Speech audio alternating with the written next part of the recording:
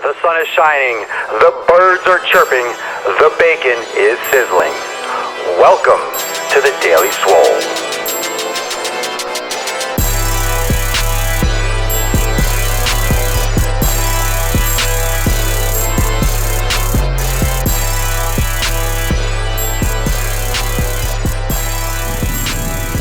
Welcome everyone to episode 155 of the Daily Mother Swole. Got my beard right. I'm feeling good today. Feeling much better. Mucho mejor, as the Spaniards say. So if you're watching me on YouTube, you see I got my Periscope right here. I'm holding in my hand. You can see yourself. There we go on YouTube. Also, you can find this podcast on SoundCloud and iTunes, and also Stitcher. So make sure you check that out if you're interested in the podcast. The audio, you can definitely tell we're on the road. Went to a great place last night. If you're following my Snapchat, if you follow my, you see this in the Swole motion, you might see it from the Snapchat. The 16-bit bar playing some old school video games last night. Definitely feasted at 3 or 4 in the morning. Got some great Skyline chili at the original. So if you've never had Skyline chili, it's a great chain. You got chili dogs, you got all sorts of different stuff, and it's very, is the original, the actual one they first made, so that was a fun experience. And one of the things I'm trying to get from being in all these different cities, and friend Jeb, that he's off camera, but he knows all this like the back of his hand. He went to school in Cincinnati, he grew up in Cleveland, so I get the opportunity to see all the behind the scenes, the hole in the wall places, the things that if I were visiting as a tourist wouldn't even show up on Yelp. Like these places don't have a Yelp, or they'll get bad reviews just because, oh, it was dark lighting. Like these are all the best places that we're going and the classics. So definitely excited to experience all the actual city has to offer. So thanks for floating those hearts on Periscope. So what I want to talk about today is the weather changing. Holy adaptation.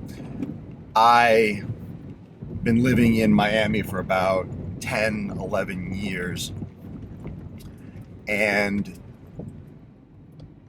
it's amazing how much you adapt. And I've left, I've gone on vacation before, but the fact that now just how sensitive you are, because I know it's not that cold right now. It's a beautiful, beautiful, beautiful crisp day. The leaves are slightly changing, and it's just nice to be out of the elements. So I guess, we talk about appreciation when I wasn't feeling well, appreciate how good you do feel normally. But now it's also just, I don't know, that change of scenery, that adaptation that the body goes under. It's so subtle and it does it so automatically. And it's so refreshing to be somewhere else than flat freaking Florida. You get so tired of it.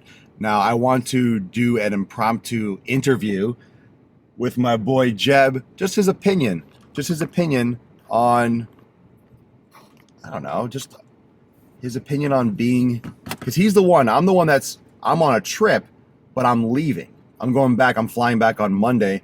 He was living in Florida for, 7 years? 7 years. 7 years in Florida. But you're never going back. I mean, potentially. I mean, you're moving permanently. You're not going back. No, I'm not going back. You're not going back. Now, why, after growing up in Cleveland, now this is something like we're talking about adaptation, going back to your roots, because some of us, I grew up north. I grew up in New York and Connecticut, and I moved down to Florida. And I moved out to California for a little bit. I came back. But there's something to be said for adaptation, but living where you grew up, after just like where your roots are. So what role does, having grown up here have to do with you wanting to go back? Is it just because you know it better? Is it because you like it? Like why do you prefer Cleveland over Miami? The people are so nice up there and loyal. Oh my God. When you have a football team as bad as the Browns, yet you show up every week and still support them, that's loyalty. One thing that I realized from traveling, and I've done this for Beachbody and P90X, I've gone around the country, and I've been to the South, I've been out West. It's amazing. I know there are crappy people everywhere. There are crappy people everywhere. There are crappy people everywhere. But in the South, like there's some places where they're nicer. Like Cincinnati has such a great vibe, and I didn't feel the same way in Atlanta, Tennessee, and Nashville. People always have a special attachment to where they grew up. Yeah, for real. Attachment, but some people hate where they grow up.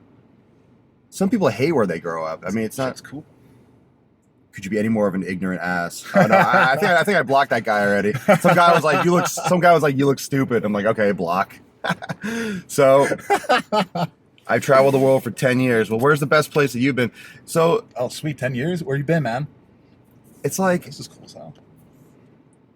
Yeah, we should be periscoping more. We're gonna periscope more when we're driving today. I want to know where this dude's been. 10 years of traveling. Yeah.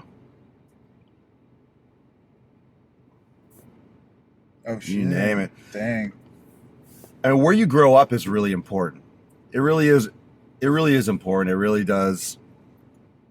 I guess it creates that foundation for who you are, and I think that connection on a personal level, like on a personality, like with jokes, with either sarcasm or just memories. I don't know. It's the personality, that actual foundation of a human being.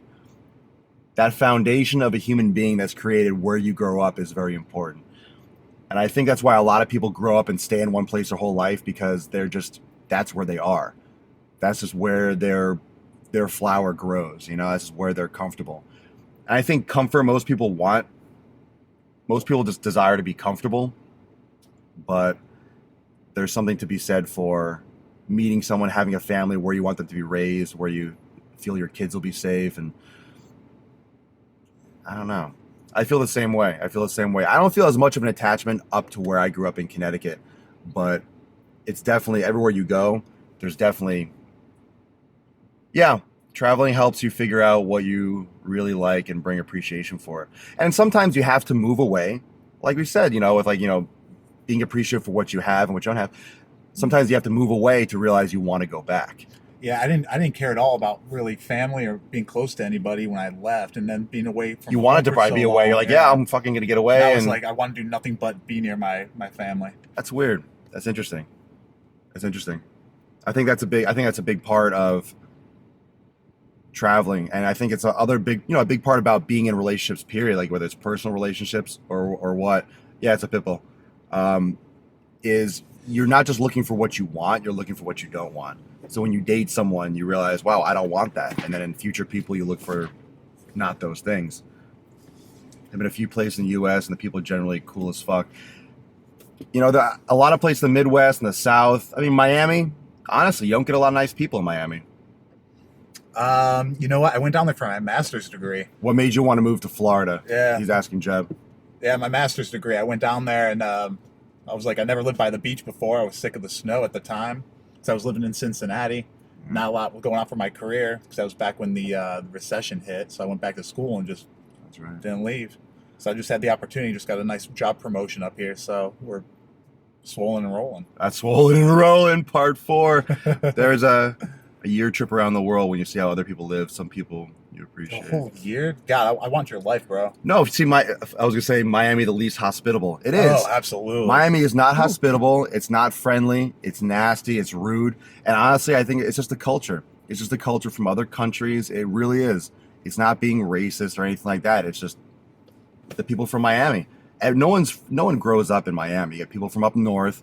You get people from other countries. I almost feel like people just go to Miami, rape the land, throw money around and build buildings and then fucking leave. It's like all laundered drug money, and I don't know. I feel like it's New York caught me off guard how cool it was. New York's pretty good. I haven't been to New York. New York's cool. I mean, it's cool to visit. I wouldn't want to live in the city. I don't like necessarily city life. Small cities are different. New York is a zoo. But yeah, I think it's important. Yeah, I was born in New York. So I think it's important if you don't travel or if you haven't traveled. I think a lot of people try to leave the United States. I think a lot of people just try to get out and leave the United States, where I think if you have a chance, you should drive or travel around inside the United States, especially if you're American. I think you should use the United States to your advantage. I don't think people realize how many different climates and cultures and subcultures of American culture there are in the United States. You just think, oh, it's American and it's different. No. Cincinnati, like for example, just taking Cincinnati, is night and day from Atlanta, and is night and day from Miami. It's night and day from New York. It's just the vibe and the people and the friendliness is completely different. It's completely different. Guys, Ireland, we're famous for being nice. I spent 2 weeks in Hong Kong. Yeah, and there's a whole and there's something to be said for visiting, and there's also something to be said for, you're visiting. You're not living there. Once you actually live there and you're there all the time, then the whole feeling changes. If you're going somewhere, oh, this is great, this is wonderful, and then all of a sudden you're there for 6 months and then you don't like it as much. So once that honeymoon phase wears off, are you able to stick that out? Is that where you want to be every day? It's different if you're visiting. Yeah. Yeah, I actually had a buddy of mine just went over to Ireland. He spent a whole week there. He loved it. Absolutely loved it. Didn't want to come back. I've heard only good things about Ireland. I would love to go there too. But is it some place that is great, which I'm sure it is, or would I want to live there? And the thing is, being an American and growing up here, I think the culture would probably just be you have nice teeth. I think the culture would be, too much of a change, for permanent. I think, I don't know if I could go there and be like, oh my God, I never want to go back. And then I wouldn't. You wouldn't want to live here. I'm sure it's beautiful, and I'm sure the people are great, but would I want to be there all the time? Yeah, there's some good spots in Michigan, for real. It's the people that make Ireland. It's the people that make anywhere. But here's also the thing. It's also the people. It's all you. It's also you, like what you make of it and what you want out of it. The cheese sucks here. Yeah, don't move to Ireland. The cheese is terrible. The cheese is terrible. The people are great, but the cheese fucking sucks. Everything else is great. All right. Well, we are going to find some. I don't know if we're gonna have some cheese. I had enough cheese to last me a lifetime last night at Skyline. The whiskey is good. We have great bacon. All right, I'm already sold. We have great butter, Kerrygold, Irish grass-fed butter. That's my favorite. Yeah, bacon's good. So we're gonna get some coffee, get some grub, and then we're heading to the land. We're gonna head to Cleveland, and tonight is gonna be great. Tomorrow we are gonna be in the dog pound. We're going to be in the dog pound for the Cleveland Browns and Patriots game. And that means we're going to be in the front row of the section where the crazy assholes are. The crazy asshole Browns fans. So we are going to be lead asshole. Yep. We're going to be absolutely, I'm going to be an animal tomorrow. He's going to be an animal. I'm already of all the games he's been to, he's never been to the dog pound. I know. So right? I'm so amped because that's been to like 30 games. That's 30 like games almost. That's like the crazy section where the fanatics are. So that's going to be really cool. So we will probably be periscoping from the road. Got to get this guy some more exposure. So yeah, we drove from Florida. So I'll probably be scoping while we drive to Cleveland. And so make sure you subscribe to me here or follow me here on Periscope. If you haven't, got a bunch of people here. If you have not gone to my YouTube channel, make sure you follow me or subscribe to me. YouTube.com/Swolenormous. So if you're watching this now live, make sure you go when I post this later on YouTube, give it a like, subscribe, and also you can find this podcast on SoundCloud, iTunes, and Stitcher. And I will be back. I will be back home on Monday. So tomorrow, I'm going to be broadcasting, doing the DailySwole live from the football game at the tailgate. So that's going to be pretty cool. So it's going to be kind of like a live, literally live DailySwole at the tailgate. So definitely check in for that. And on Monday, will probably be something like this. We'll be at a getting food or something, getting brunch. Rock and Roll Hall of Fame in Cleveland. Yeah, it's a good spot. We're gonna be right next to it, the stadium. Yeah, maybe we'll tailgate. You probably won't. Tailgate right in front of it. We'll be there. We'll be near it. I've been to the land. There you go. Been to the land. So today, gonna get some food. Follow me on Snapchat, Swolenormous. I'll show you what I'm eating, and yeah, I'll check you guys later. We will definitely be scoping from the road after we eat, probably on the way to Cleveland and such. So make sure you follow me. Thank you for joining me for episode 155. Gotta flex it of the Daily Mother Swole. Yeah. Tandem Swole. Yeah, see? My people. See you guys later. Gonna pound some food. Deuces.